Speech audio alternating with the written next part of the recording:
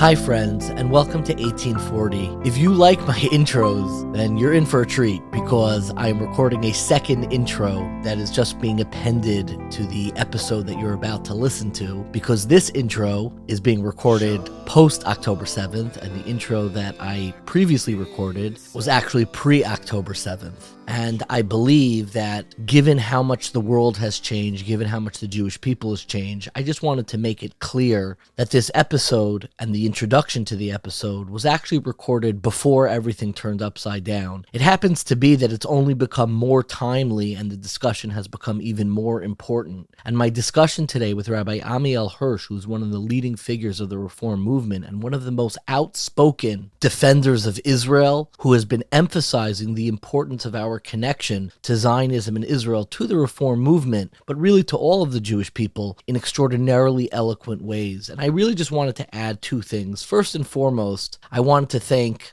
Joel and Lynn Mail for sponsoring this series. It means a great deal to me. They're sponsoring in memory of Joel's parents, Estelle and Nissim Mail, Esther Bas Tzvi, and Nissim Ben Yaakov Tzvi. I've mentioned this before, but the Mail family is, aside from being an extraordinary family who embraced Orthodoxy in America when so many others were abandoning Jewish observance and their own Jewish identity, and it is truly a remarkable family that I know well, but really on a very personal level, just to say one word, the first person who ever gave me, so to speak, a microphone, not a literal microphone, but gave me an opportunity to share Torah and ideas, and really gave me the confidence to continue going, is Joel Mail, who invited me to give a shiur, a Shabbos morning class after the 7:30 minyan in the Young Israel of Lawrence Cedarhurst over 10 years ago. And that opportunity on a very personal level and my own connection to that minyan and the chevra and the people who go to that minyan is something that on the deepest, most personal level has animated everything that I have been doing until now. It really gave me the inspiration in many ways to build the life that I have before me now, and I am so grateful to them. And this series, which is really an exploration of denominations in America, is in so many ways a testament to the Mail family, who has developed and cultivated a Jewish family on these shores in really remarkable ways in a time when so many in the United States of America, including many in my own family, found that really difficult or were unable to do that. And there's just so much to learn from the families who are able to preserve a very strong sense of Jewish identity going back from the early 1900s to where we are now. And there is so much to learn from that. So I'm so grateful for their sponsorship and friendship. Thank you so much, Joel and Lynn. Secondly, I just want to share a word about my conversation with Rabbi Ammiel Hirsch. I want to emphasize again, especially for people within the Orthodox community, but I think this is true of people of all denominations, it is very rare that we kind of hear honest conversation between clergy that other people can listen to, that other people can explore and examine. I have been fascinated by Rabbi Ammiel Hirsch for many, many years, ever since he wrote the book, One People, Two Worlds. I became even more fascinated with him, as you'll hear in my old intro, for his very staunch defense and almost posing the Reform movement's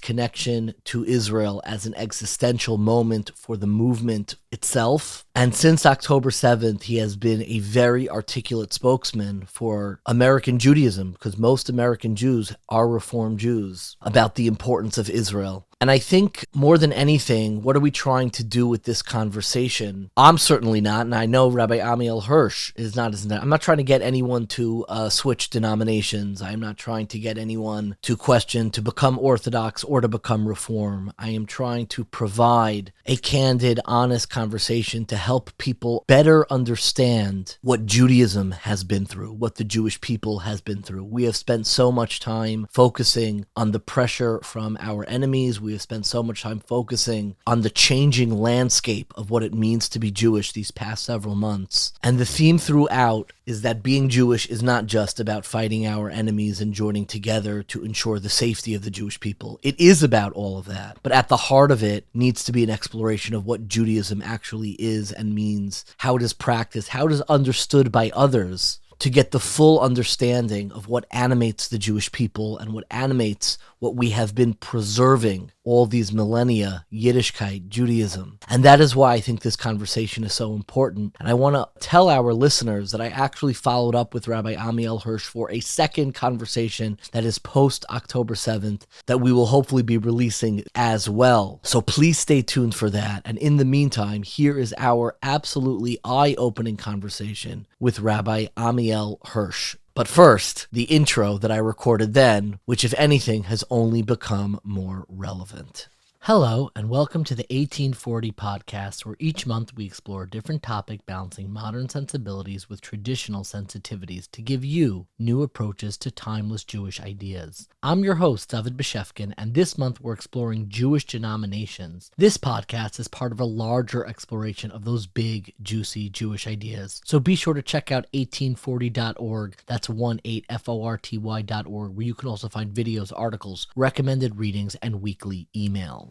When I was in 11th grade, I think my mother even brought home the book. There was a book that came out that caused a great deal of controversy in the Jewish community. The book is called One People, Two Worlds. A Reform rabbi and an Orthodox rabbi explore the issues that divide them. It is a conversation between Rabbi Ammiel Hirsch, who is a Reform rabbi, and Rabbi Yosef Reinman, who is an Orthodox rabbi who lives in Lakewood, talking about the different issues about the Jewish community. And I was probably too young to read the book, honestly. I read it. I didn't stop being an Orthodox Jew, but I did find it eye-opening in the way that they discussed issues, the way they conceive of truth in this world, the way that they discussed issues related to Torah, the way they discussed issues related particularly to Zionism. I think that was the one issue where I actually felt a little bit more connected to what Ammiel Hirsch, our guest today, was saying, but it did cause a great deal of controversy because there are limitations in what you can actually have a conversation about ideologically. There are always concerns that people are, proselytizing, not in the literal sense, but are trying to sway people from one denomination or another. That's obviously not our intent with this series, but really to provide a window to understand how the different denominations that kind of create the contours of American Jewish life came to be, and hopefully give us better language to look at people who have upbringings, affiliations different than our own, so we don't look at our fellow Jews as, so to speak, God forbid, enemies, but people who we have extraordinarily real ideological differences with, but still be able to have some room or some language to hold on to those differences while still remaining committed to the notion of Amcha Yisrael and Knesset Yisrael, the larger collective body of the Jewish people. The reason why the book caused a controversy, which honestly is not that outlandish, is that they felt it was inappropriate. Many rabbis, not all rabbis, but many rabbis, particularly Orthodox rabbis, felt it was inappropriate to have a debate like this. Rabbi Soloveitchik was very hesitant about, joining together in these joint committees. Rabbi Soloveitchik was not alive when this book came out, but he always would caution these kind of interdenominational dialogue. Very often we end up compromising on our own ideology, on our own commitments, on our own experiences. I was very careful that the places where we should be joining together are specifically for social issues and social causes. And I kind of agree. I understand why there is a very real hesitance to have ideological conversations, because very often it does lead to some compromise. I see that often with myself, particularly on 1840. I think the mistake that I make most often on 1840 is when I talk to somebody who I don't agree with, but in an effort to kind of have a conversation, you don't voice every time. You don't speak up every time. I totally disagree with it. I think you're wrong. I think that's terrible. Very often you can hear about, so fascinating, so wonderful. Oh, that's amazing. And one of the criticisms that I've gotten in 1840, and I think rightfully so, I'm not critiquing the criticism, I think it's well-placed criticism, is that in the course of conversation, you can end up either sympathizing too much with a side you shouldn't be sympathizing with, compromising on your own ideological values. And I think that's something that we should always keep in mind, particularly on a series like this. We're not looking for people to let go of their own commitments, of their own ideology. That is definitely not what we're doing. And the reason why this book caused quite a stir is because after it came out, they were going to go on tour together all across America, visiting a lot of communities that probably never heard a rabbi like Rabbi Yosef Reinman, who is one of the most brilliant writers, Talmidei Chachamim, a true scholar of Torah, lives in Lakewood, publishes books, Svarim, on very serious matters. I think he wrote a sefer on ribbis. I don't have all of them. He's also published under a pen name some really fantastic books. I don't know if the pen name's a secret. I don't think it is. Avner Gold, I believe he's the person behind Avner Gold. A great series of books. I think the best one, an absolute classic. If you are looking for the best introduction to the Shabtai Tzvi controversy, one of the books that he published under a pen name is called The Imposter, and it is sold by ArtScroll. It is not an actual history, but really gives you a sense of what happened and is based on the historical facts. He's a prolific writer and a very deep thinker, and after the book came out, they were going to go on tour together. I know a lot of the details, and so may do many of our listeners, because my cousin, and I'm using air quotes because we're not exactly cousins, but she's a part of the same family. We're related to the same people, so I always call her a cousin. She's definitely family. Alti Karper, who is the head of Schocken Press, Schocken Publishers, which is the one who published the book, and she was on during, I think, our first book series, where she talked a little bit about the background of what happened with the book. She's somebody who was very close to Rev David Feinstein, was very close to Rabbi Lord Jonathan Sachs, and she was really the publisher behind the book, and she was very aware. She was actually in touch with Rev David Feinstein when this all happened. That's a story that she told previously on the podcast. And there were people who objected, and I'm not even objecting to the objection. I kind of understand both ends of this debate. There's something very beautiful about two rabbis with very real ideological differences going on tour together, speaking together, and having people who never would have heard a rabbi like Rabbi Yosef Reinman speak to them. And on the flip side, there's always a concern of conferring validity or according,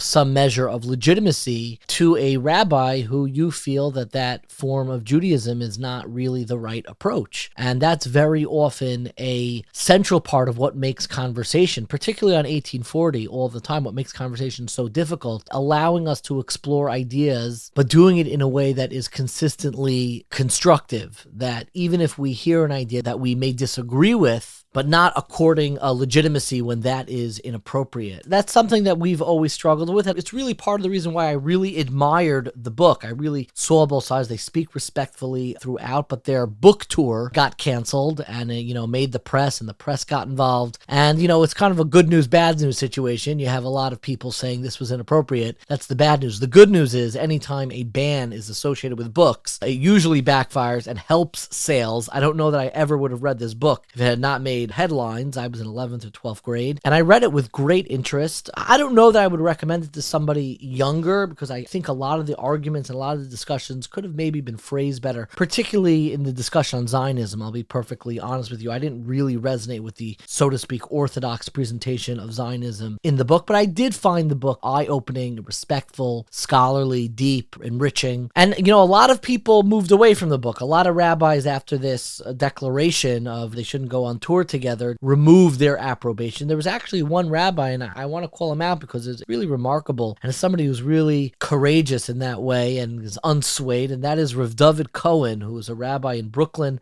in Gvul Yavitz, and his approbation, what's known as a haskama, appears in the back of the book, and it's actually quite beautiful. I want to read it to you now. He writes, "I have read One People, Two Worlds with interest. I was impressed by the sincerity of the discussions and by the respect shown by each disputant to his fellow. This lucid and brilliant exposition of Judaism should be utilized as a basic text. I pray that the collision of the two worlds leaves intact the oneness of our people." And what a beautiful prayer that is. Again, I pray that the collision of the two worlds leaves intact the oneness of our people. And that is one of the reasons why I am so excited to introduce our guest today, Rabbi Ammiel Hirsch. He is a Reform rabbi and the head of the Stephen Wise Free Synagogue. He is very active within the Reform movement, but he is also somewhat of an iconoclast. He spent his high school years in Israel. He served in the IDF. And recently, my dear friend Armin Rosen, who is a staff writer at Tablet Magazine, wrote an absolutely eye-opening profile of Rabbi Ammiel Hirsch called The Believer. You could find it on tabletmag.com. And the article is subtitled, "Rabbi Ammiel Hirsch sees his unapologetic Zionism as the key to Reform Judaism's survival and flourishing, while others see it as a betrayal of the movement's universalist aims." And Rabbi Ammiel Hirsch Hirsch, to his absolute credit, is so outspoken and is worried that the issue of Israel and really what Israel represents for the Jewish people, which is the very notion of Jewish people itself, may tear worldwide Jewry apart. And he has come forward. And in this endeavor, I think it is worth thinking about how we can all partner, no matter what your denomination is, with him in this endeavor, because Reform Jewry at the end of the day represents the largest swath of American Jews, and this is a very real issue. We are losing Jews to the very notion of that particularist notion of that we are part of a people, we are part of Amcha Yisrael, and what Israel represents in that notion for some American Jews can be very upsetting, and he has really stood at the forefront of ensuring that peoplehood and our connection as Amcha Yisrael remains intact, and that is a fight that I think everyone should stand by and pick up arms. I hate to use violent imagery. Let me think of different imagery. I don't like violent imagery. There's no reason to use that. But in this initiative, in uplifting and ensuring the centered notion, that the notion of Jewish peoplehood is centered in the hearts and minds of the Jewish people, is an initiative that all of us should be joining arms in. Not arms like a weapon, but joining arms in and saying this is very important. I want to share with you, before we actually hear from him, there was a major conference that was held by the Reform movement. It was called Recharging Reform Judaism. It was a conference that was actually held in the synagogue in which Rabbi Ammiel Hirsch is a rabbi, and he got up and he spoke about this particular issue. And honestly, I found it so important for the future of American Judaism, for the future of Amcha Yisrael. I want to share, before we listen to the interview, because so much of the interview is unpacking what he said, I want to share with you a recording of what he said at this Recharging Reform Judaism conference that was held in May of 2023. Let's listen in. I fear that we are losing the soul of the Reform movement to turn against Israel, to join our ideological opponents and political enemies in castigating Zionism is a sign of Jewish illness.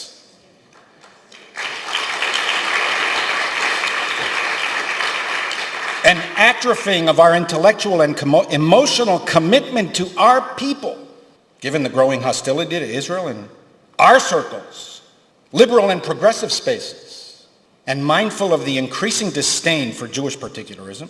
It's not enough for us to proclaim our Zionist bona fides every now and again, often expressed defensively, with so many qualifications, stipulations, and modifications that our enthusiasm for Zionism is buried under an avalanche of provisos. It's not enough for us to issue occasional press releases or tweets that we are a Zionist movement committed to the age-old religious value of the covenant of the Jewish people.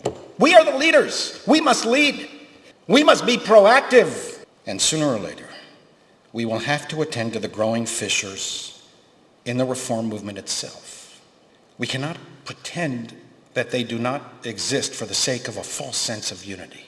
Otherwise, the rifts that emerged between the anti-peoplehood, anti-Zionist Reform Jews of the first half of the 20th century and the Zionists who were committed to Jewish particularism will reopen in our movement with devastating consequences for 21st century Reform synagogues. If the North American Reform movement, by word or by deed, by action or silence, becomes in fact or even in perception an anti-Zionist, anti-particularist movement that cares only or mostly about universal concerns, unanchored in and unmoored from the centrality of Jewish peoplehood. If this happens, most American Jews will abandon us, as they would have in the 20th century had we not come to our senses.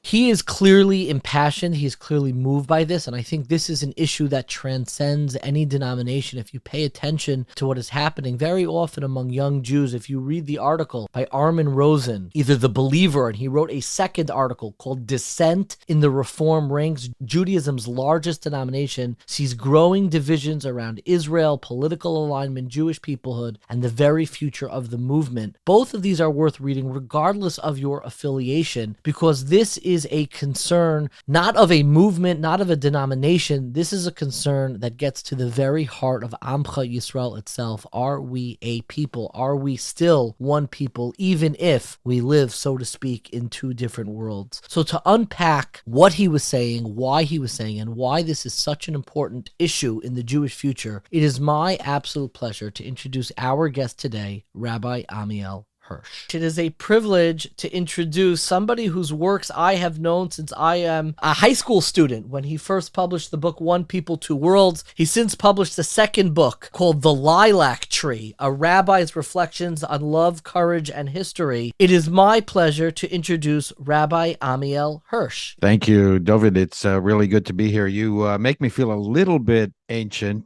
by saying that you were a high school student when we wrote that first book.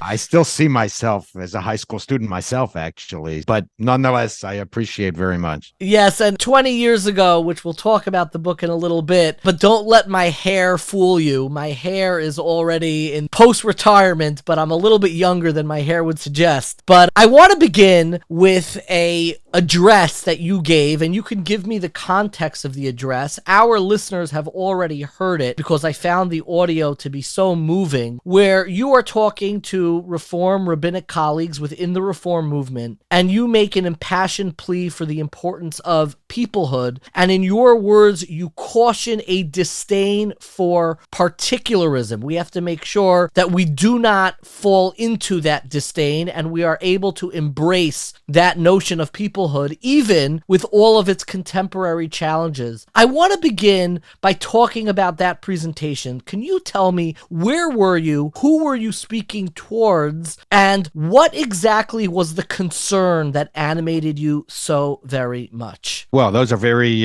complicated. The answers to that are long. Yeah. I'll try and give as brief as we can. For several years, I've been increasingly worried about American Jewry general, but in particular about the movement that I represent, the Reform movement, which in turn represents essentially the liberal component of American Jewry, which is the overwhelming majority of American Jews. Yes. And I've been worried especially about what I perceive to be the drifting from not only the state of Israel and the people of Israel, but from the underlying concept that requires Jews to be bound together to these principles, and that is the concept of, what the tradition calls Klal Yisrael, what we might call the centrality of Jewish peoplehood. As an ideology, I've felt all along that at the core of Judaism is the first words that God speaks to Abraham, the first Jew in the book of Genesis. I have selected you. I will make of you a great nation. I will bless you, and all the peoples of the world shall bless themselves through you. And to me, that sets in motion the concept of I will make of you a great nation. At the core of Jewish civilization is the concept of Jewish peoplehood, Am Yisrael. And the purpose of the existence of our people is to be a blessing. It's to constitute a blessing for all humanity. And so right there and then, and of course, all of Jewish, everything that follows, everything in the Bible and everything in Talmudic literature, everything, literally everything, until the modern era, everything that follows rests on this assumption of the Jewish people in covenant with God. And that was one of the distinctive messages of Judaism at the revelation at Sinai, right? The whole people experienced revelation. Yes. As opposed to other religions where a figure experienced revelation. Exactly. That's the distinction. The founding idea, and I fully agree with you, is this selection, this bechira, this choosing of the Jewish people and our mission to the larger world. Yeah. And so even what we now term the prophetic values of Judaism, every single Hebrew prophet in the Tanakh was of the people, by the people, and for the people. They propounded what we now interpret as universal messages of justice and righteousness and peace and economic justice, but they were anchored in the concept of Jewish peoplehood. Those were the presumptions of our tradition from the very beginning until modern times. And it is what gives Judaism its distinctiveness and its distinctive contribution to the world, too, in that we believe in a specific type of universalism, a universalism that is grounded and rooted in the covenant of the Jewish people. To lose either component, and we have Jews who either deny or through their behavior minimize one or the other component. To lose the concept of Jewish universalism, our obligation to be a blessing to humanity. I mean, if you remember, I know you remember, but just to remind your listeners, the story of Sodom and Gomorrah, and God supposedly speaks to himself and says, shall I hide from Abraham what I'm about to do? I selected Abraham, la'asot tzedakah u'mishpat, to do what is right and just. That's the point of the selection of the Jewish people. So to lose that element of universalism, what we call it in liberal circles, tikkun olam, as sort of shorthand for this concept of Jewish universalism, to lose that, as some critics of liberal Judaism suggest, is not really part of Jewish tradition, is to diminish the glory and the grandeur and the comprehensiveness of Judaism. The same is true on the side of Jewish particularism. To lose that, to make Judaism all tikkun olam, and by which we mean justice requires us to do universal values, but we give no passing thought to Jewish peoplehood and strengthening not only the concept of Jewish peoplehood, but bringing justice and bringing compassion and bringing relief to fellow Jews, is also to compromise Judaism. And one without the other actually creates a different form of religion. It's not Judaism, it's compromised Judaism. So I was especially worried about losing that component of Jewish particularism in the Reform movement. And if you have one more minute, there are good historical reasons. Please tell me. That's what I want to get into. Because when you're talking to me right now, what you've said, I'm sure to many who have grown up within the Orthodox community, which is in comparison more insular, and maybe the struggle is focusing on the universal values and what we can contribute to the larger world. But a lot of what you said in the covenant would be say, oh, that's so uncontroversial. Why would Rabbi Ammiel Hirsch get so worked up over pushing this issue forward? So what I really want to hear is what drove you to be so impassioned at this moment. And maybe just tell me just basically who exactly were you speaking to? What was this gathering about? Because I think that's an important part of it. And I think you were so impassioned and so moving, honestly, in the way that you spoke about it. So take me to the actual moment, and then maybe we'll unpack some of the history. Just a moment, and then we'll circle back at your pleasure. Sure. The Reform movement in North America started its history as an anti-peoplehood understanding of Judaism. There were reasons for it. There were philosophical reasons for it. It was a terrible error and a misread of history, something that the Reform movement negated itself 50 years later. But it dawned on me that that element in the Reform movement is always present. It's this temptation to either deny Jewish peoplehood, which was our position for the first 50 years or so of our existence here in North America, or in practice to so denigrate or so ignore our obligations towards fellow Jews in preference to our obligations to the world at large. That tendency is always there in the Reform movement, and there are good reasons for it, because we live in a non-Jewish environment, unlike in Israel. Sure. And so given that that element is always in Jewish liberalism, a deep concern for the condition of the human, our fellowship with fellow human beings, not only Jewish. The universal component. The universal component, which, as I said, is also an integral component of Judaism. But given our history and given diaspora Jews don't live in a Jewish state where everything is concentrated to the peoplehood of Israel, to the nation, the tendency to either deny or ignore this concept of Jewish particularism is always there. And that dawned on me really after I wrote the book with Rabbi Reinman, only in the last 10 years or so, where I view Israel as a barometer of a certain kind for this commitment to Jewish peoplehood. Now, it's one thing to be critical of this or that government. That's a very Jewish thing. Yes, that transcends all denominations. We're all critical. Right. Not only is it illegitimate, we welcome it. It's a sign of vitality and excitement, and that's what we're supposed to do. But I became increasingly concerned, in particular, about liberal Jews, whose criticism struck me as not primarily about the policy of this or that Israeli government, but about the very idea of a Jewish state and the effect of their criticism. Either it was so vicious, so unfair, so ignorant of the kinds of travails that our people are going through in times of war, or came right out with an anti-Zionist posture that I felt that we were at risk of going back to the future, of going back to our origins, which I said that tendency of anti-peoplehood is always present within liberal Judaism in the diaspora. That is a preference for universalism at the expense of Jewish particularism. And so, given that I didn't see enough, from my perspective, I didn't see enough response to this growing rift between American Jewry and Israel, and what I considered to be a distancing of the central concept of the covenant of the Jewish people, I felt that we as a movement needed to push back on this, both within the movement itself, these trends within the movement itself, but we also represent the vast majority of American Jews who are not Orthodox. And I felt that we were at a very acute historical moment, and that if we did not take the reins and push back and state with clarity what we believe, then we would lose our movement. We would lose our future rabbis in terms of the values that we are committed to now. And eventually, therefore, we'd lose American Jewry, because American Jews, our community cannot sustain its own vitality and viability, severed ideologically from the concept of Jewish peoplehood,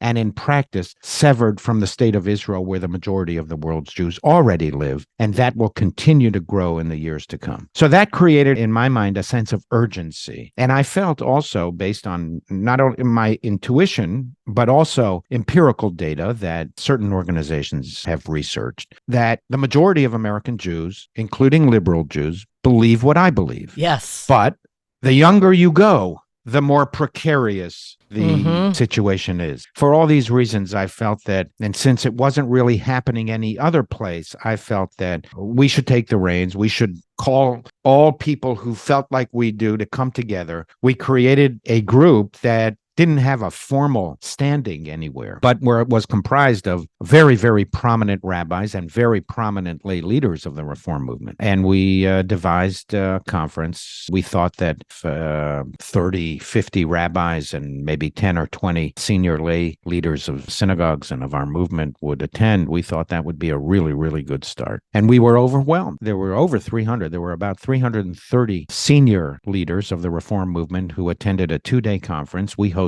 it in our synagogue here in Manhattan. And of that, there were about 230 to 250 Reform rabbis from all over the country, all demographics and all generational, spanning the generations. Congregational rabbis and Hillel rabbis and academic rabbis and dozens of very important and very senior lay leaders. And I gave the keynote address, which was the opening remarks, and that's the speech that you heard. It is an incredible speech. I shared it not because I thought it was a speech to Reform Jews or to Reform rabbis. I think it's something that we need to keep in mind, because the notion of peoplehood can be lost. We've seen it been lost among people, and you really did a fantastic job, I think, of centering that. I'm curious, at the event, did you get any pushback? Did people think that you were speaking too much in hyperbole, or anytime somebody, comes forward and tries to re-centralize something? And allow me to pause and just really state that I empathize with the struggle that you were addressing, because I think on the flip side, in the Orthodox world, and I think anytime you come from a more insular community, the part that's the struggle can oftentimes be the universal component, which is when you're very particularistic, then the way, issues related to racism, the way that you talk about non-Jews or other people who may not have the same background on you, those universal humanistic ties can sometimes erode. And I don't look at this struggle as like this is unique to the Reform movement. Wherever you are in that barometer, in the larger Goldilocks between, universalism and particularism, you're going to have a struggle one way or the other. But I'm curious, at this particular event, were there any voices who pushed back at you and said, come on now, this is too much, or simply that you are wrong? We should go back to that, classical Reform, and maybe we are too tethered to peoplehood. What does that even mean anymore? First of all, our movement, like American Jewry, is very diverse, and we have people who represent practically every view under the sun. The people who came to this conference tended to be of the same mind in terms of the urgency, the perceived urgency of attending to these issues now. We talked about other matters too. We had 3 basic pillars pillars in the conference. One of them was Israel and Zionism and Jewish peoplehood. The other was the balance between Jewish particularism and Jewish universalism, and that constitutes Judaism. The uniqueness of Judaism is the exquisite balance that we've created over 3 millennia. Yes. Let's not lose it. Nobody should lose it, neither in the Orthodox community or in the non-Orthodox community. And the third issue was, we spent a lot of time talking about the future of Judaism as a spirituality. What are Jews going to believe, and how can we sustain Jewish continuity in the 21st century? What is the new vocabulary we need to adapt? So we talked about a lot of things, but on the issues of Jewish particularism and Jewish universalism and the state of Israel, I didn't have anybody in our conference who said to me, no, we should go back to the classical Reform tradition. To the contrary, my impression was people liked it. They gave me a standing ovation and so on. But that doesn't mean all that much because, one, they were polite about it. And I know from my regular work here in the synagogue, you give a sermon, people don't necessarily tell you what they really think, right? Yeah. So that doesn't mean on its face all that much. But what was more important was what came out of the conference was a huge surge of energy that is spreading nationally. People have gone back to their locales, their neighborhoods. They're implementing programs, some of which we've developed since the conference itself. We received the support of major foundations in North America to train, and we're launching it literally next month, 13 Reform rabbis ordained within the last 15 years into an intensive 1-year fellowship program on Israel, Zionism, and Jewish peoplehood, the centerpiece of which is about 8 days in Israel. So all of this new energy is being applied here. And the idea is to, one, slow down the slide of the distancing from the concept of Jewish peoplehood and the reality of distancing from the state of Israel and fellow Jews, for that matter, including Orthodox Jews. Sure. That's part of our issue, too, in the United States. We have obligations to each other. Orthodox Jews have obligations to Jews who are not Orthodox and vice versa. Absolutely. So we wanted to stop the slide, reverse it, and ultimately restore where we want to be, which is the balance between universalism and particularism. And we wanted to clarify again, contrary to some voices that are increasing in volume in our movement and throughout American Jewry, this movement, the Reform movement, is strongly Zionist. We've articulated that over and over and over again. It's one of the core principles of modern Reform Judaism, and nobody should have any illusions that we're going to change that at any time soon. And so that created another urgency because our perception is that the younger Reform rabbis are not as committed to that concept, by and large, if we can generalize, as the previous generation. That was the objective. That's what came out of the conference. And I think from that perspective, it was extraordinarily successful. But, still. There's a lot of work to be done. It's only the beginning, of course.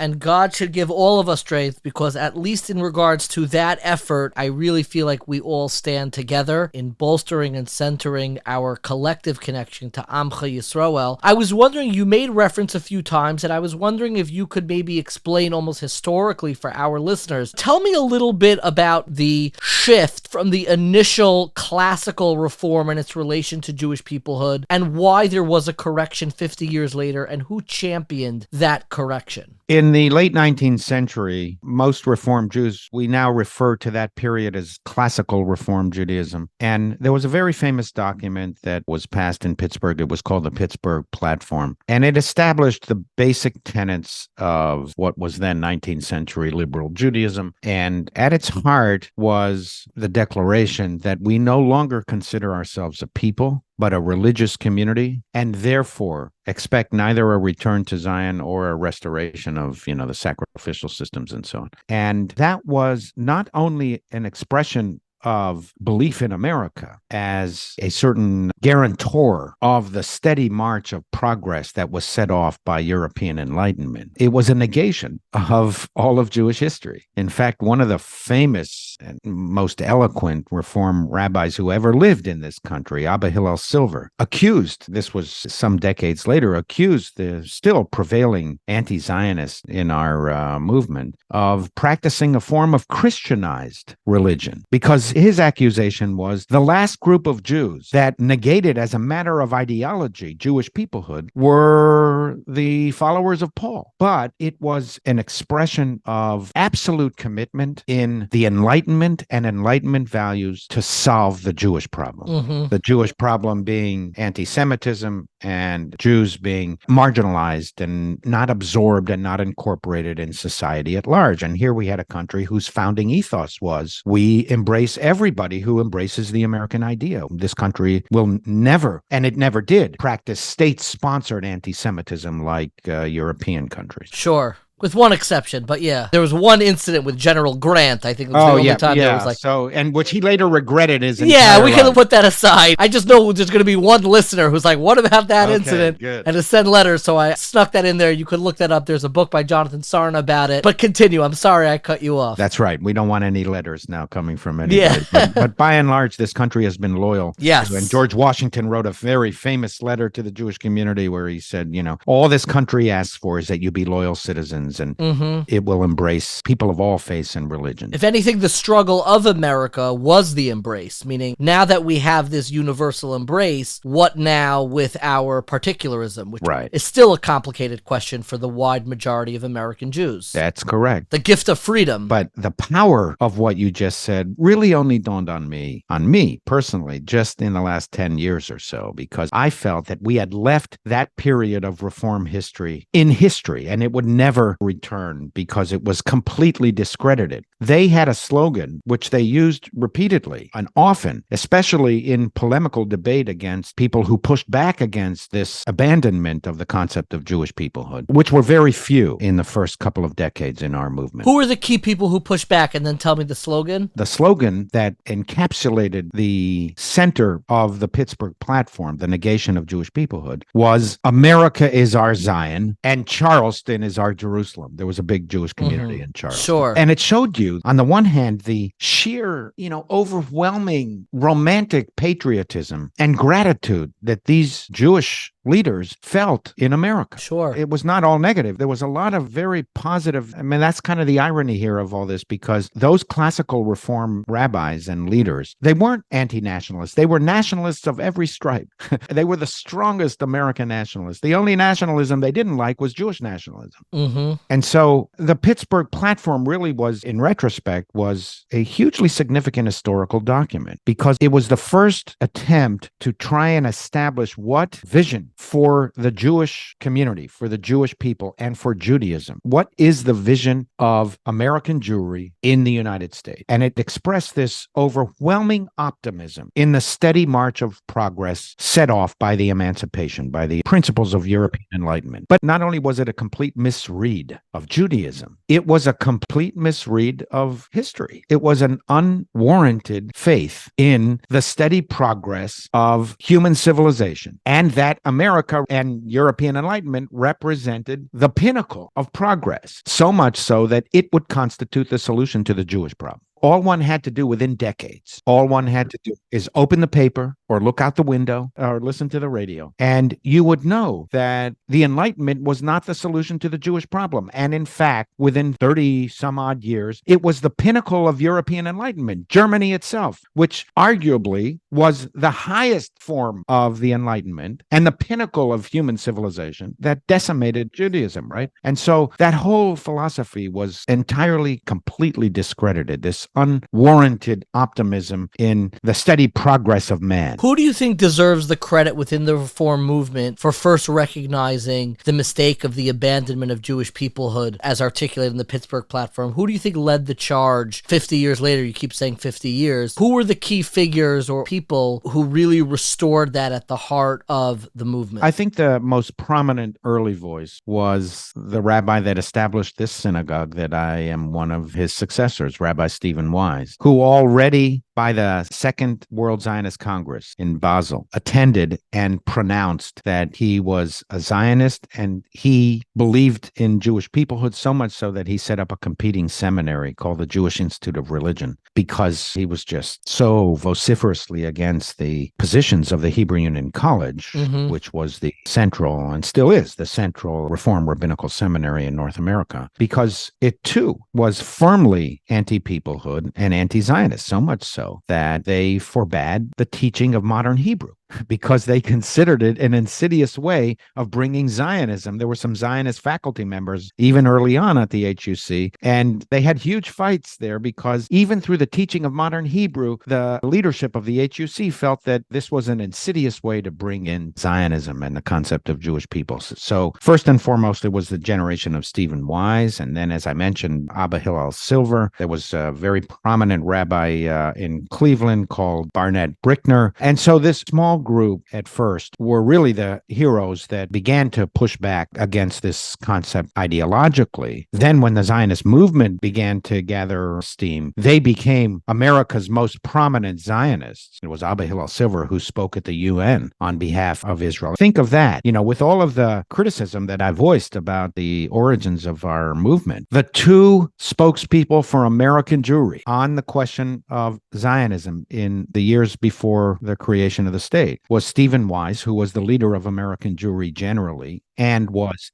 its most prominent Zionist spokesperson in 10s and 20s and 30s. And Rabbi Hillel Silver, who basically assumed that mantle from Stephen Wise and represented American Jewry at the United Nations debates on statehood. So I want to be fair, tough, but fair. It was also Reform rabbis who constituted the most passionate Zionists in American Jewry as well. And gave generously in those years. I mean, the money that was being contributed from America, a lot of those were not from Orthodox homes, which had barely had rootings in the United States, but when they were doing appeals for war bonds, etc., that was on the backs of your everyday non-Orthodox American Jews who ensured that the state of Israel would have the financing to even emerge and blossom. I think people oftentimes forget, there's no one movement that can attribute the success of the larger people, and I do think that is quite moving that those two leaders came up and spoke specifically at the United Nations. Then the generation of the mid-20th century, the Hebrew Union College decided to establish a campus in Jerusalem where Reform rabbis would spend their first year. Every Reform rabbi would have to spend their first year in Jerusalem. What brought me to Israel is my father became the head of the World Reform Movement and moved the international headquarters from New York to Jerusalem. That was a key decision of our movement in the 20th century because it shifted the center of the Reform movement from North America to Israel. Now, it was still small, and we're still much too small in Israel, but we immediately then joined the World Zionist Organization and the Jewish Agency. It's hard to imagine now the Reform movement of the 21st century being what it is today without that key decision to move the headquarters of the World Reform movement to Jerusalem. And so that generation was a heroic generation, and they really put the meat on the bones of the restoration of Jewish peoplehood and Zionism in the Reform movement. And now our task is to continue to build on that and certainly not to let that work weaken because of modern circumstances and younger generations who might not feel as passionate and committed. We have an obligation to try and instill this passion and this commitment in the future generations of American Reform leaders as well. I wholeheartedly agree with that. Peoplehood transcends any denomination, and we need to recognize the contributions of every single denomination in the continuance of our people. And I know that even once the battle changed 50 years later, there were always stray rabbis here and there who tried to go back to that classical doctrine of a religion kind of absent the notion of Jewish peoplehood. I've long been fascinated by the rabbi in the 1960s, Rabbi Elmer Berger. He was, to me, the Reform equivalent of Neturei Karta. No, on each side, because when you head to the extremes, that can often happen where your ideology, you sacrifice peoplehood on the altar of an extreme ideology, and it's not unique to Reform. I think a lot of your writings have opened my own eyes to the fact that there are these kind of parallel struggles on the fringes. I do want to talk about the book that was so long ago. I have a delicate question that I wanted to ask you. You don't have to get into it or answer it, and I need to phrase it very delicately because I'm not trying to recreate some of the drama or divisiveness, God forbid, that I know you've experienced and that the Jewish people in general have experienced. But I have a delicate question I want to pose you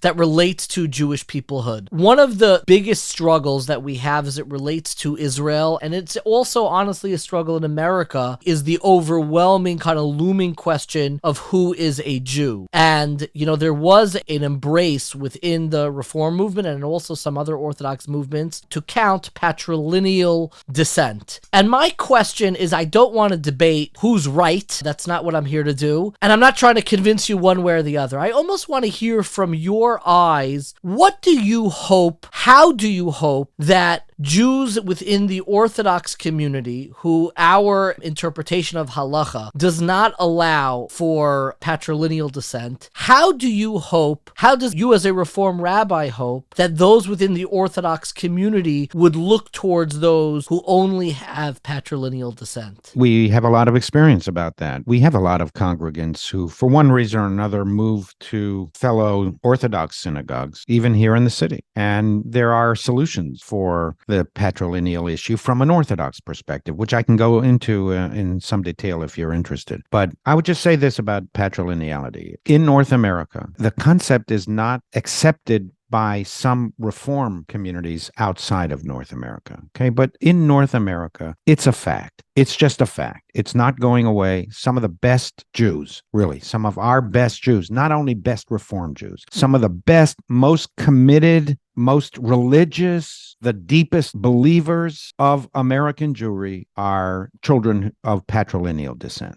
And we had big debates about this when it was established back close to the fourth quarter of the 20th century, but nobody is contemplating reversing that decision. So we all have to learn how to live with it. Yeah. And I say to you, to the extent that my voice is somewhat more palatable to Orthodox Jews than, say, I don't know, some other Reform rabbi that gets them upset about everything, I am saying to our Orthodox friends and colleagues, it's a fact. And some of these Jews, many of them, are amazing. They contribute to Chabad. They contribute to Orthodox institutions. Think about that. I'm sure you have some listeners who themselves receive undoubtedly much or most of their funding from non-Orthodox Jews. And some of those Jews are patrilineal Jews. We all have a mutual and common interest in embracing as many Jews as we possibly can. I recognize the problem of halacha, and I also recognize that we did this unilaterally, although it wasn't without discussion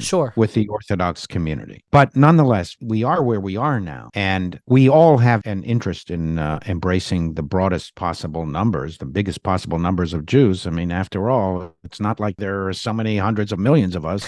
We're a tiny people. We're 0.01% of the human population. We don't want to. It's contrary to Judaism, nor can we afford to alienate so many fellow Jews who identify as Jews. There is a halachic problem. By the way, the solution to this problem has been discussed and has been offered by us, and it's broken down every single time, not because of us. It's broken down because of the halachic Jews, the Orthodox Jews. And the solution nationally, and in particular when it came to patrilineal Jews who wanted to be recognized by the state of Israel, the solution was to create some kind of common Beit Din, which would meet halachic requirements, which would allow for representatives of all the movements to participate in a conversion process. Samuel Friedman has an eye-opening chapter on this in his book, Jew vs. Jew. It was attempted in Denver, Colorado. It actually made the New York Times. I think when it fell apart, that's usually when things make headlines, not when things are formed, but when things fall apart. No, but I very much do appreciate your answer. It's more than just palatable. I hear in your voice there is a deep ahavas Yisroel that does not require translation. And I think what sometimes bothers me is when Orthodox Jews are stereotyped, and we each have our stereotype, but when we're sometimes stereotyped as being gatekeepers on this issue. And I don't like that term because every movement has their own standards. It's a question of the gate itself, and every movement has some gate, and that's the part that I see sometimes, and it's mostly on online discourse when it's just people yelling at each other on Twitter, and it does kind of hurt me when I see see Orthodoxy presented or discussed in non-Orthodox circles as being gatekeepers on this issue when, in my mind and my understanding of history, we're all kind of figuring out the standard, and this is obviously a very sensitive and delicate question. And that's the term that always saddens me when I hear that. And I wish there was a way, and I think it's people like you who talk about the importance of Amcha Yisrael and that,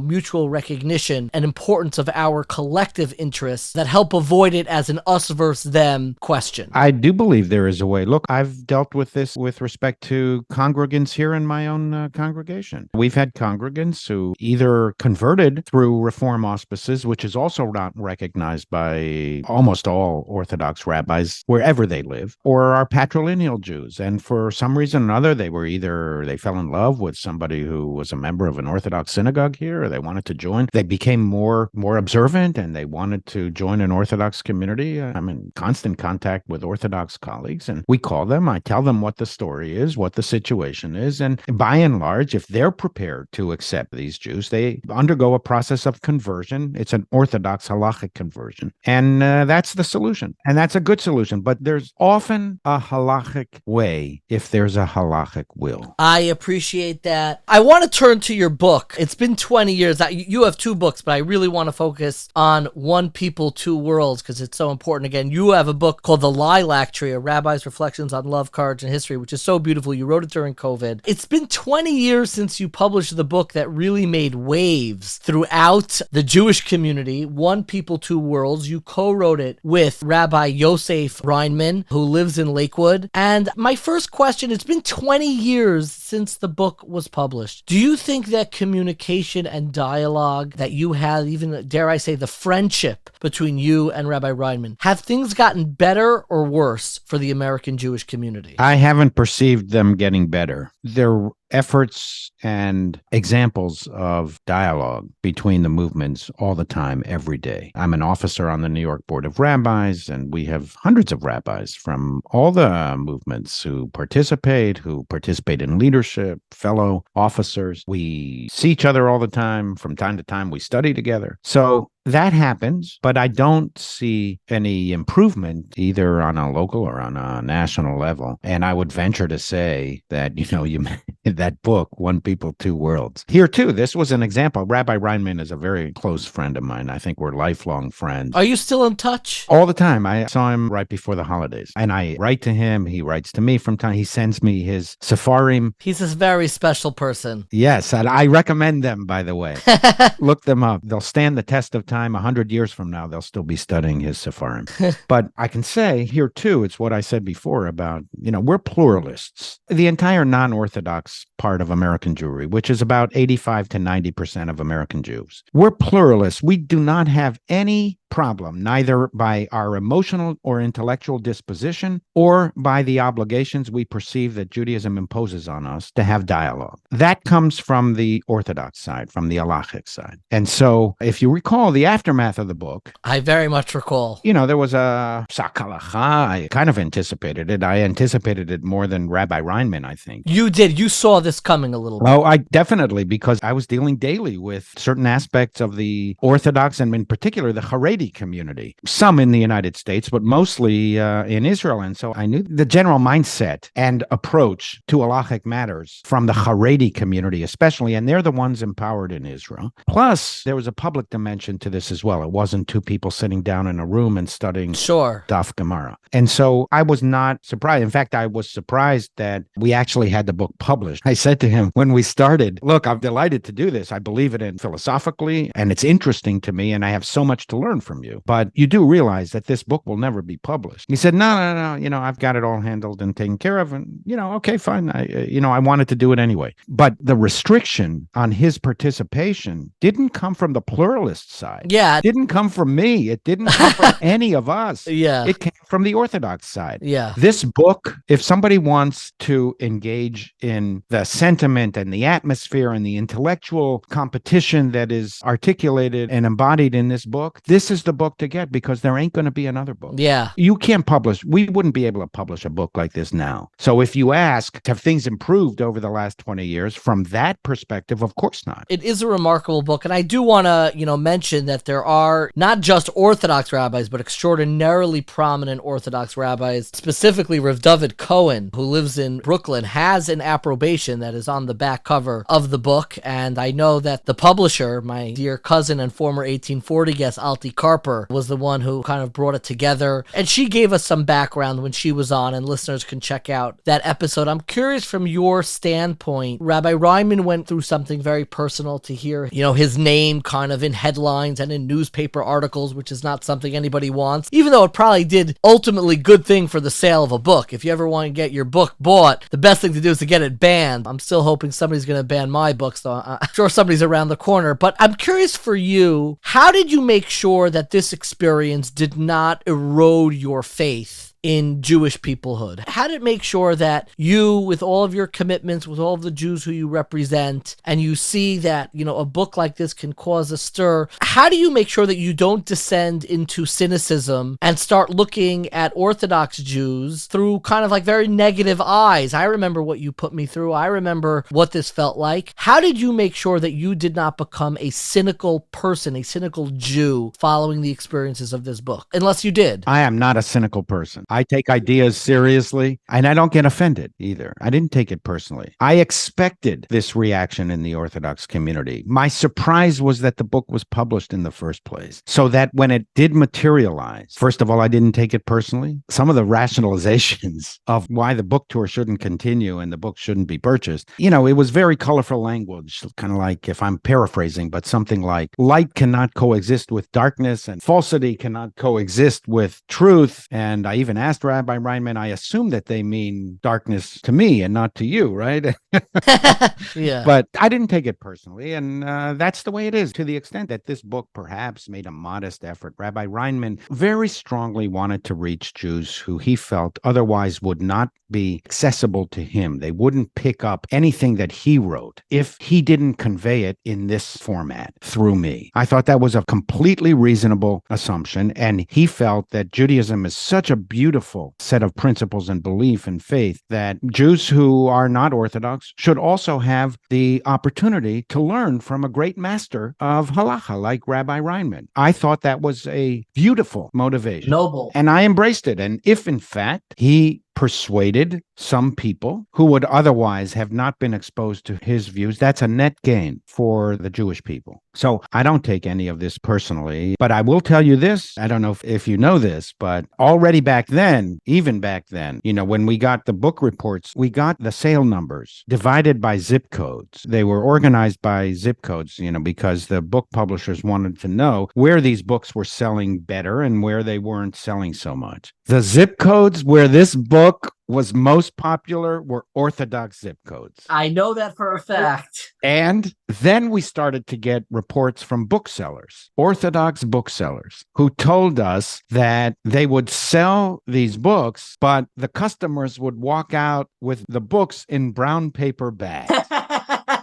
Like they're buying a dirty magazine. That's very fun. So look, we in public life, we have kind of ideological stakes we need to defend and, movements that we need to represent. But the reality is most Jews are tolerant. They want to learn. We sold a lot of books, but I wish every Jew would have bought this book, not because, I have a day job. It's not a question of profit for me, but we thought we were doing something interesting. And to the extent that there were thousands of Orthodox Jews who picked this book up, and Rabbi Ryman's logic perhaps worked in reverse. Maybe they were exposed to a thought or two from me that they otherwise wouldn't have heard or read that meant something to them, right? And so to that extent, if we made a modest contribution to Jewish life, it was a mitzvah. It was a good deed. Absolutely. And looking back 20 years later, you mentioned that the book gave somebody like Rabbi Ryman access to a community that they wouldn't have access to otherwise. The same could absolutely be said for you, where,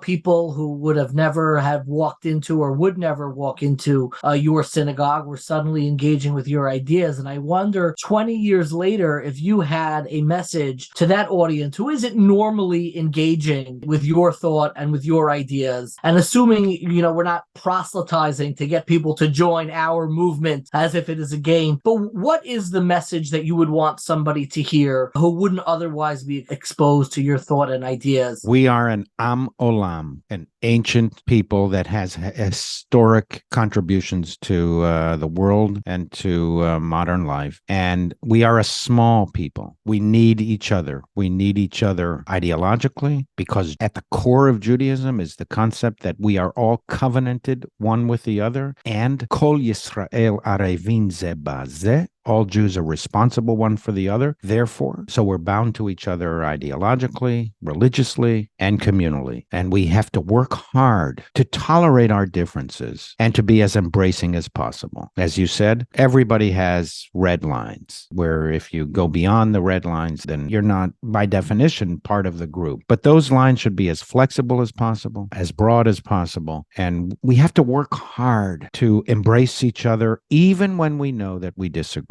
This is especially acute, for example, now in these very days. 1,000%. With what's going on around the Jewish world, but the catalyst is the debates in Israel. And if it was only debates, it would be one thing. There's really a lot of sin'ah. There's a lot of baseless sin'at chinam now in Israel. And, especially Jewish leaders, we have an obligation to model a different form of Jewish behavior. I cannot thank you enough. It is really a privilege and a pleasure to speak with you after all this time. I always end my interviews with more rapid fire questions. If there is a book, we mentioned both of your books, if there is a book that you would recommend to introduce somebody to kind of the larger history and to connect to this historical point that you are making about the Jewish people, what is a book that you would recommend to really help somebody appreciate the greatness and the majesty of Jewish peoplehood? Oh, well, I would recommend, particularly for people who are not learned, don't make a daily practice of studying, I would recommend Joseph Telushkin's book, Jewish Values. He actually wrote two books, one an overview of Jewish values, and second, the daily small chapters of what you can be thinking about daily. So I think that's probably where I would start for many, many Jews. That's a great answer. My next question, there are only three. If somebody gave you a great deal of money and allowed you to take a sabbatical with no responsibilities whatsoever for as long as you needed to go back to school and get a PhD, what do you think the subject and title of your PhD would be about? Oh, I would love, you're a PhD. I would love to study with you.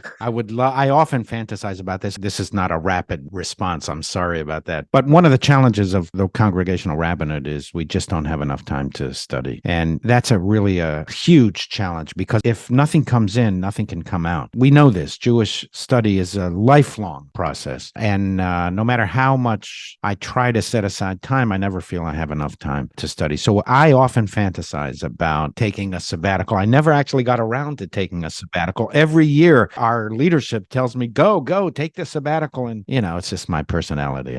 For some reason, I haven't been able to do it. But I often fantasize about just stopping and maybe sitting in the 8th row of some philosophy class or some halacha class, and just absorbing from the greatest teachers that the Jewish world has to offer. That is what I would do for 6 months nonstop. I love that answer. I'm sure many of our listeners can identify with that as well. My final question is, I'm always curious about people's sleep patterns. What time do you go to sleep at night, and what time do you wake up in the morning? I wake up very early in the morning. My mornings are the best times for me. So I'm up usually by 3:45, 4:15, 4:30 at the latest. You're like my dad. Yeah. Holy cow. So, you can't burn the candles at both ends.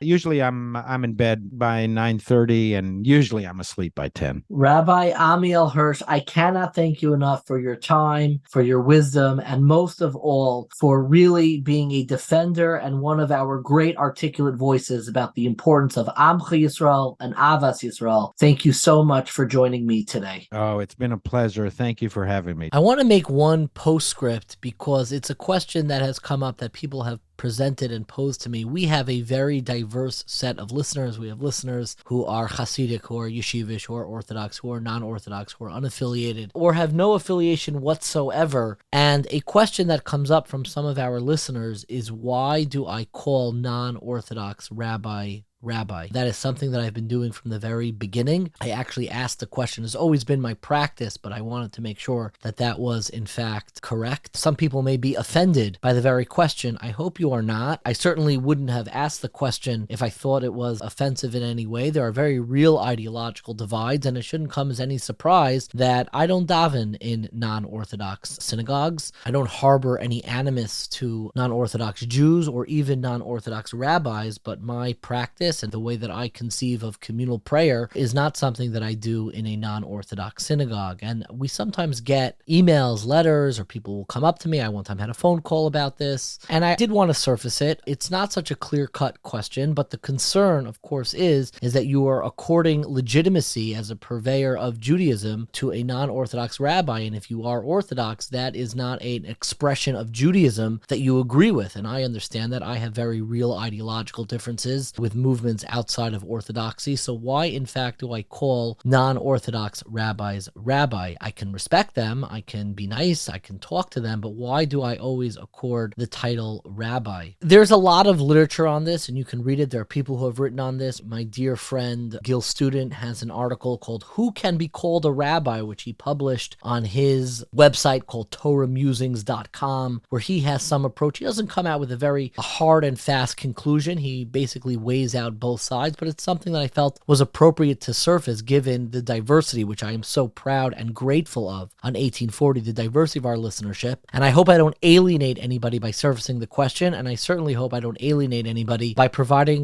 my own answer on why I do that. So number one, I asked somebody who is extraordinarily reputable. I didn't ask him permission, so I'm not going to say his name. And he said, you have to. That was obviously an Orthodox rabbi. To me, I don't call them Rebbe. I don't call them Rav. Those are titles that are relational, and those are the titles that I use for a personal Rebbe or Rav of mine, somebody who I go to really figure out how I should practice my own life and how halacha and Yiddishkeit informs my own life. I do usually call such people with the title Rav or Rebbe. I don't think I would call somebody Rav or Rebbe from somebody with an affiliation or somebody with ideological views that I disagree with. And it's okay to have very real ideological disagreements. The reason why I call somebody rabbi is I believe in the United States of America and really the world, it is a professional title. And if somebody has gone through a school, whether or not I agree with the tenets of their rabbinical training, they have a professional title, which I think it would be disrespectful, deeply disrespectful, not to call them that. I personally don't think you are proving anybody a point. I don't hide the fact that I am Orthodox. I don't hide the fact that I have very real ideological differences with other movements outside of Orthodoxy. I just said I would not pray in a non-Orthodox synagogue. I don't think that's something that anybody needs to apologize for, especially with something as private, as intimate, as real, as communal prayer. And there were definite, very real battles waged over what synagogue should look like, what constitutes a synagogue. So in that respect, there are very real differences. But I also believe that part of the decency, at least for me, and I'm not telling anybody what to do, but given that this is public, I want to just express why if anybody has questions. I personally, my personal practice is I believe it is a professional title that accords a respect of somebody who is doing work, particularly Jewish work, in helping fellow Jews, and the title of rabbi, in my opinion, would be extraordinarily disrespectful to withhold, and it is something that they very much deserve. They worked for, and I know in the responsa of Rav Moshe Feinstein, when he is talking about non-Orthodox rabbis, he would not consider them colleagues, but normally when he's talking to a colleague, he used the term Rav, and when he's talking about a non-Orthodox rabbi, he uses the term rabbi, Resh, Aleph, Beis, Yud. He spells them out in his responsa literature, Igros Moshe, and I believe he's trying to make a very clear distinction. Not all rabbis are created equal. They have very different training in different schools, and that is the approach that I have taken in my own practice. I want to conclude with something that I mentioned in passing, but it's one of the most fascinating incidents in Jewish history that I may have mentioned once in passing before, but is worth thinking about. When we think about the stakes of the battle that Rabbi Ammiel Hirsch has really positioned himself to ensure that people do not lose their grasp on the notion of Jewish peoplehood. For some Jews, that may seem outlandish. What are you talking about? I grew up in the Five Towns. I grew up in Teaneck. I'm a Jew through and through, but we have to realize that American Jewry is very wide, and there are people who are losing their grasp on this very concept. And I mentioned in passing in the interview, there was a rabbi named Elmer Berger, who was a Reform rabbi and actually tried to bring back the classical notion of Reform Jewry Jewry that we spoke about in our conversation, namely to erode the very notion of Jewish peoplehood. In his view, Judaism is a religion and it is not a people. We are not bound by that collective Knesset Yisroel. It is a religious practice that we all practice the same thing, but we are not a unified people. And what he set his eyes on more than anything else was Zionism. He very much found it anathema to his view that we should have any connection to Israel. I am not connected. I'm not one.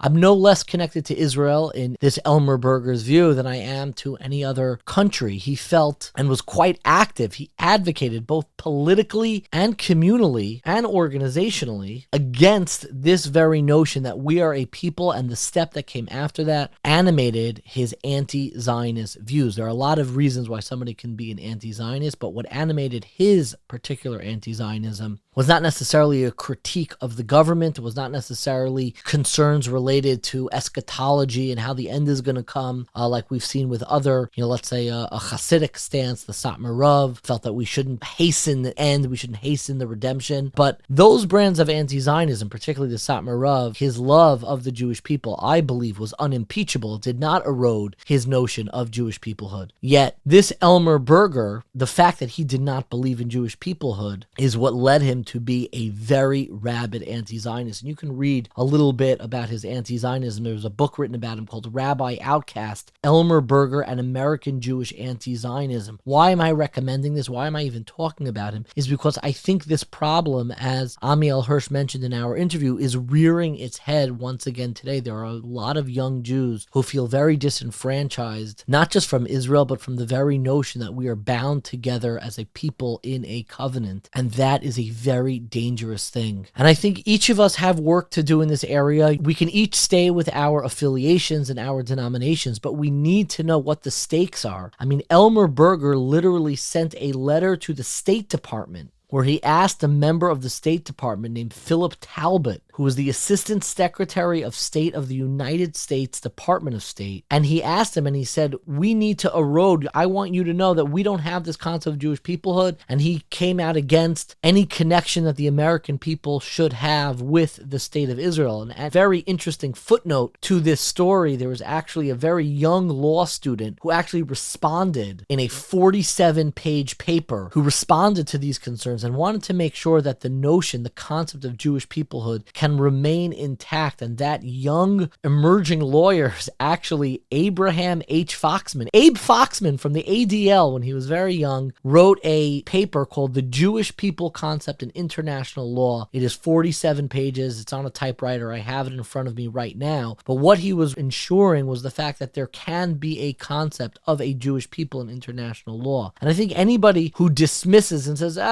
you're making noise, it's not a concern, don't be worried about it, what's going to happen, need to look back to this incident. This is not classical Reform Jewry at the end of the 19th century. This is taking place in the 1960s and even onward, and you see it is rearing its head today. And I think this point that Rabbi Ammiel Hirsch is making about the centrality of Amchi Yisrael, there is work that each of us can do in this area to ensure that the next generation of Jews knows that the heart of our Jewish identity is not just combating anti-Semitism, but at the heart of our Jewish identity is a covenant with HaKadosh Baruch Hu, a covenant with God, that we are a people living with the values of Torah, and that we have something unique, and that each successive generation should see themselves as a part of the unfolding history of Knesset Yisroel and Amcha Yisroel, the enduring story of the Jewish people. So thank you so much for listening, and thank you once again to my dearest friends Joel and Lynn Mail for sponsoring this entire series in memory of Joel's parents Estelle and Nissen Mail, people who I know dedicated their lives to ensuring the perpetuation of Yiddishkeit at a time when not so many families knew how to center that in their lives. Again, the entire series, Le'iloi Nishmas Esther Bas Tzvi, Nissen Ben Yaakov Tzvi, thank you so much for your friendship and partnership. listenership. This episode, like so many of our episodes, was edited by our dearest friend Dina Emerson. It wouldn't be a Jewish podcast without a little bit of Jewish guilt. So if you enjoyed this episode or any of our episodes, please subscribe, rate, review, tell your friends about it. You can also donate at 1840.org/donate. It really helps us reach new listeners and continue putting out great content. You can also leave us a voicemail with feedback or questions, and that number is 516-519-3308. If you'd like to learn more about this topic or some of the other great ones we've covered in the past,